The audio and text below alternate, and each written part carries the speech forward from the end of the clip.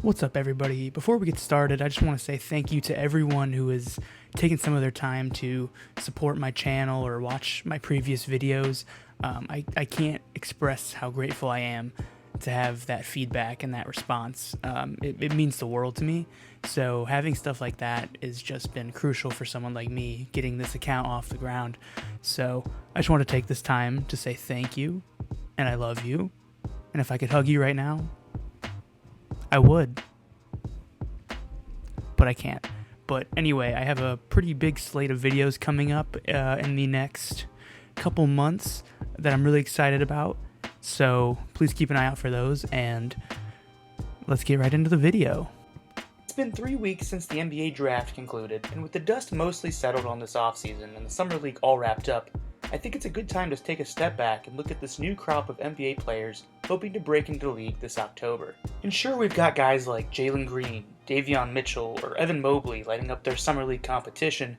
I wanted to dedicate this time to some prospects in the back half of this year's draft. Now, I know how much of a shot in the dark the second round of the draft is, but I think that's part of the fun. It's a total grab bag of draft and stash prospects, four-year college stars, and underwhelming blue-chip recruits that didn't dominate their time at the college level. It's always a fun time, and we've honestly seen some pretty unique prospects find their way to the league in that 31 to 60 range the past few drafts. Just a quick look at the last three drafts found guys like Jalen Brunson, who has carved out a nice role with the Mavericks, Talen Horton-Tucker, who just got rewarded a nice 3-year deal with the Lakers, or even Theo Maledon, who played admirably with big minutes in his rookie season. All this to say, there's always a possibility the pick hits. This is the time for teams to take a swing for the fences on a prospect with practically no risk, and sometimes it pays off. Finding those potential diamonds in the rough is a big part of why I love spending so much time preparing for the draft. Now, I would talk about the more premier prospects of this NBA draft, but at this point I would say everyone and their mother's kind of already done that. And these are the kind of guys that aren't getting the same respect or national attention, and rightfully so, they're second-round prospects. But I think it's important to address these guys because these are the players that can shape out an NBA roster. And what I'm looking for with these second-round prospects is someone that can fit into a specific role. I'm talking the three-point specialists, the defensive stoppers, the bucket getters that can make or break the success of a team's bench. I love trying to find future NBA role players, and I feel like the second round, specifically this year, was just ripe with prospects that could really fill needs for teams, even if they maybe only excel at one or two things really well. And I think a natural starting point would be the 36th pick in the draft, former West Virginia guard Deuce McBride, who I think is a perfect fit for what Tom Thibodeau is implementing with the New York Knicks. Compared to the other two prospects I'll get to, I find that McBride will probably have the hardest time breaking into the rotation as a rookie, but I think that speaks less about his skill set and pro-ready ability and more about just how deep the Knicks' backcourt really is. Bringing in Kemba Walker, Evan Fournier, and first-round pick Quentin Grimes, alongside holdovers Derrick Rose and Emmanuel Quickley, is going to make it nearly impossible for McBride to find minutes on a Knicks team looking to stay in the playoff hunt, but I legitimately believe he'll become a fan-favorite bench player sooner rather than later. Not to be that guy, but he's what I call a Gruden grinder, which makes sense considering McBride's background as a former quarterback. McBride's effort on the defensive end is truly infectious. Off the ball, he shows excellent floor awareness and the kind of anticipation that makes plays like this steal against Texas Tech possible. Look how he starts in the nail here with his eyes towards the top of the arc.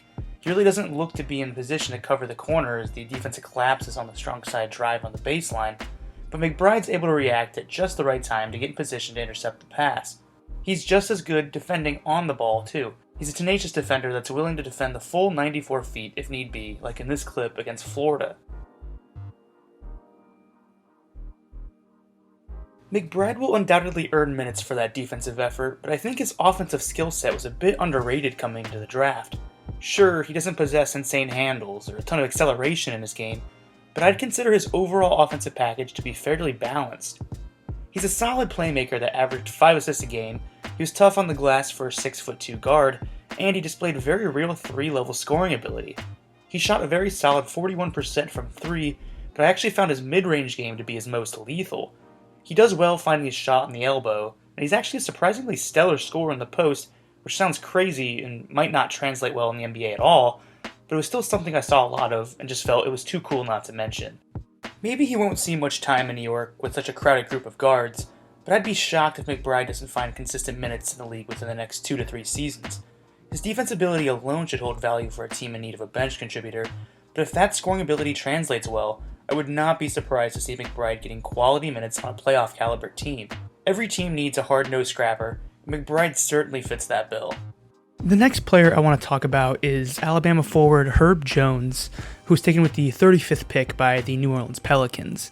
Herb Jones was one of my favorite players to watch during the draft process, and while his offense is fairly unrefined in a lot of ways, he's one of those players I can just so clearly see fit into a specific role, because he was the ultimate role player in his last year with the Crimson Tide. Jones's best overall trait is easily his defensive versatility. There's a reason he was the SEC Defensive Player of the Year after all. At 6'8", Jones has the length and lateral quickness to effectively defend the perimeter or the paint. He's at his best defending wings on the outside to me, but I can really see him working as a small ball 5 for the creative coach. Think of how the Rockets and Nets used Jeff Green the past 2 seasons, and you'll get an idea of how Jones can be used as the low man. His switch ability is really unique, and for a second-round prospect, it's really exceptional value. I would say Jones is fairly average as a scorer, but there are positives to that area of his game. He's got a quick first step as a slasher, and he's a talented finisher at the rim that has absolutely no fear embracing contact. The 3-ball is easily the biggest concern in his game though, but even that has shown development. The shot itself isn't pretty, but he made a respectable jump in production and shooting confidence in his senior year. Consider this.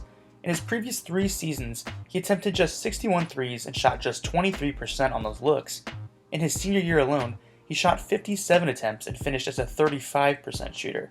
Granted, he hit an awful 0 for 16 cold streak in March, but that's still an improvement. I'm not saying that will ever be a reliable part of his game, but it's at least worth highlighting. The last thing I want to highlight is Jones' passing ability, because that is probably his greatest offensive attribute. Jones displayed seriously underrated passing vision in the games I watched, especially finding cutters while posted up on the block. He just made the offense better with his passing, and that kind of selfless play doesn't go unnoticed. I'm not sure what the plan is for Jones with the Pelicans. Maybe he'll find his way up through some strong performances in the G League. Maybe he gets an immediate look from day one for a team that desperately needs to show improvement on the defensive end, but whatever the case may be, role players like Jones are the perfect kind of guys to surround star talent with.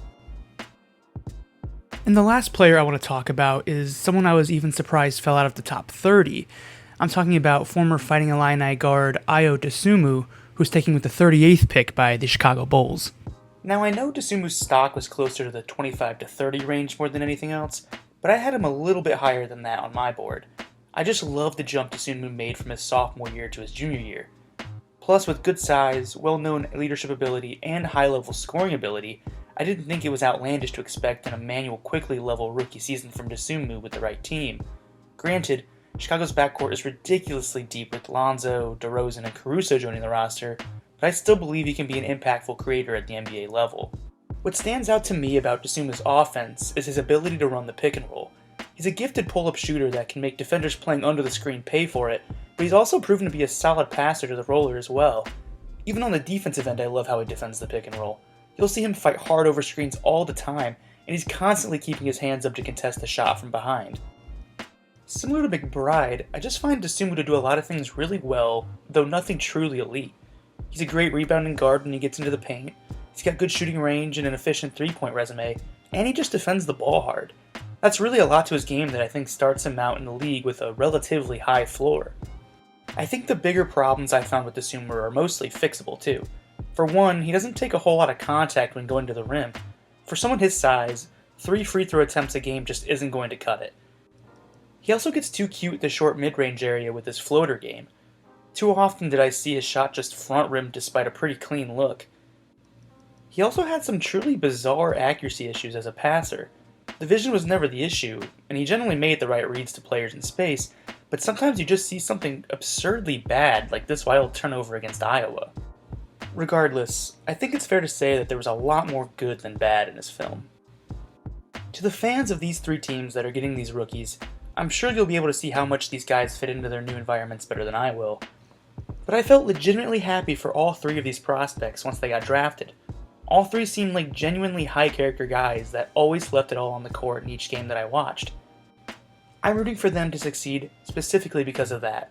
And if they do, Then we're looking at another crop of second round steals to talk about for next year's NBA draft. Thank you for watching my third video. I think with each video I'm trying to attempt something a little different each time as far as the content or the editing, so any criticism or feedback would be more than welcome. I'd also love to hear who you think becomes a potential late draft steal in the comment section below.